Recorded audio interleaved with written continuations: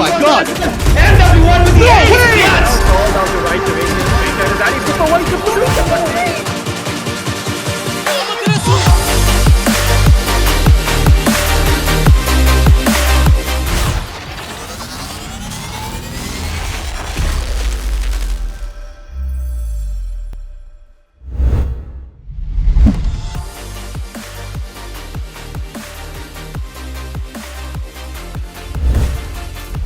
Because normally you'd see Cypher use the backside. This time though, using the power of the Viper and the Viper to play that pure Sentinel retake role on B. And look, control, and the Viper wall has been changed a little bit too. Allows for a much more nance. Again, they tried to contest Amaterasu in that mid-cave, mid-heaven position, and he just continuously shuts them down. I think that was the issue. Why Moore wasn't really able to get any or much. Doesn't know where things are really looking like. Oh no, this burst! Using that aggressive push, will get one. Oh, MW1 with another. That two setup. Hitting in huge. He wasn't really able to deal enough damage to take down the board. That snake bite being utilized from Lunatic in a perfect way. Flushes that man out of that way, and Amaterasu with a perfect utility utilization again.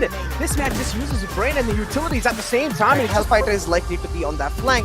This allows, but once again, Exili, they just walk into Vibhor and he gets a double kill.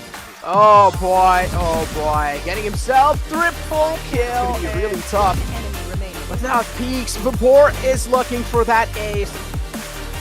In his hands now. Kyojin, of course, being taken down. The camera giving away all their positions. Now the Seeker's coming out as MW1 gets one. It's going to be all of Exili found and taken to the ground. And I'm pretty sure at this point in time, the main thing or the first thing he's really looking for here is to try and find that opening. That's what it really did. And oh my god, this quick peek and a quick shot coming through from MW1. Holding down halls, which leaves that Amaterasu push from Fancy. Now pulling out his frenzy, knows that he's going to have to take shot range. MW1 pretty much did his job by taking two players out, and now this is where Exili have the side, but they haven't got the space to get a plant. Fortunately though, gets landed. Fancy connects that headshot. Over to strike used again from the side of Amaterasu. Spike plant through. That's why now you're also seeing that force spike coming in huge as well. He's out in his crosshair, finds that first stink. And that's what is really important, instantly utilizing again the Bulldog first. But yeah, he just doesn't have enough time no matter what. That play coming in as well, but the side entrance being found easily. End of this. Viper is set up for the post plant, so Hellfighter is holding the pyramid angle. He's the anchor right now, trying to delay as long as possible. He's the contact on which his teammates swing, but he doesn't care. He's gonna take down the kills himself. Found a double, waiting in the perfect headshot. Missile tried to find himself an opening there, but over the striking inbound from the side of Amaterasu. Pretty much they are going to be able to find one for themselves. Instantly dismissing it through. Kyojin popping in that Impress. This is the last round. This is where they will have to utilize all their utilities. And hey, that just bought them so much time, right, to get that comfort level up. Swamp Grenade was out as well to flush anyone out. Kyojin peeks out, gets instantly bursted out the game, and there he's ready. Vibhor follows it up with 2, and now with the 3K, that frenzy is so deadly in those close, making off the most of the times, actually giving these strategies away as well. But hey, VLT peeks out, fight breaks out in the long side, and this is where Exili he got two. playing their position. Like to play for the post plant. If Lunatic can get himself out of here real quick, maybe they can win it, but he leaves himself. Amaterasu does go down, but Hellfighter knows Hermione's position now. Have been given to the side of Exili. They need to know Amaterasu right here. Showers. This is a pure anchor setup across the map of VLT. The only proactive play being towards the long, and they make it count. It's looking really difficult for the side of Exili. Brimstone smokes out, Hawk being out as well. A lot of info being conveyed with those flashes. Peeks out with the second flash instantly, finds that spray transfer, and right to ace. Now the showstopper being set up with velocity. MW1 going in very aggressively. He's blinded, but he doesn't care. They have full B-long control, and the Seekers have you.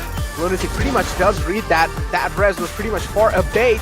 In the end, they were just feeling themselves, try to make a push happen, but this retake off, and they are probably going to be able to do so because Fancy now has found himself a frag. Ultimate in that one single round. I feel like that's a pretty hefty investment unless you have something to follow it up with the upcoming round, but till now it doesn't really seem like they have anything to follow it up. Insane shot.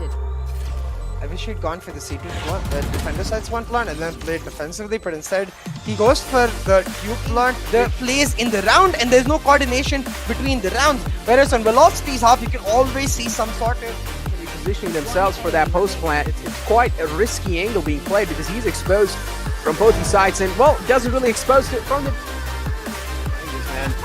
And it can be such a key factor to kind of destroy a team like mental capacity there. Oh. And Vibor, as I did mention, the judge is too good in those close ranges. There is right Taste waiting for someone right below Hookah. He finds one as well for himself. MWN from the back lines is just going to be striking it out still.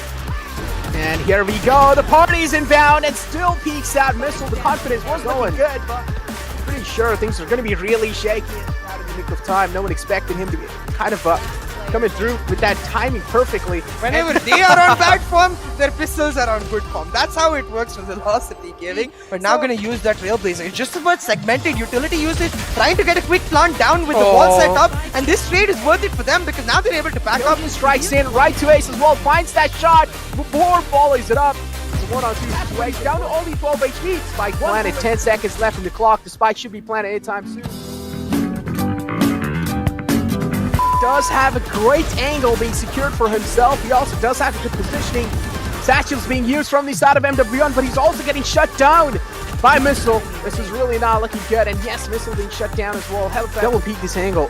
That would be the best thing you can really do. At least they're looking really good. So Casualty, LFF finds someone, or Hermione pretty much on the back lines. LFF as well. Pretty much stepping in. Here's this time. His angle will probably be the best thing he can do. And that's what he does. Hawks out right to Ace again. And again, Lunatic is on that aggressive page. How can you not expect someone there, Lunatic? No, that's such a question. They'll just look to Casualty waltz in with his B-side. And that's what they do. They straight up walk in, find already 2 opening frags. Rarely ever see Velocity going for the walk-in executes, but they know they're not going to get punished, so they do that. And again, this is what I'm talking about. MW1 just using only a boom ward. On either hand, the Hookah does find himself a kill. And yep, Amaterasu with 2 massive frags, and this is what I was really waiting for. And Kyojin, well, he is ready. Well, oh my, what was that shot? He's not really going to be able to deny it for longer, though. MW1 with his key positioning, they're not really able to kind of make it back on side in time. But hey, MW1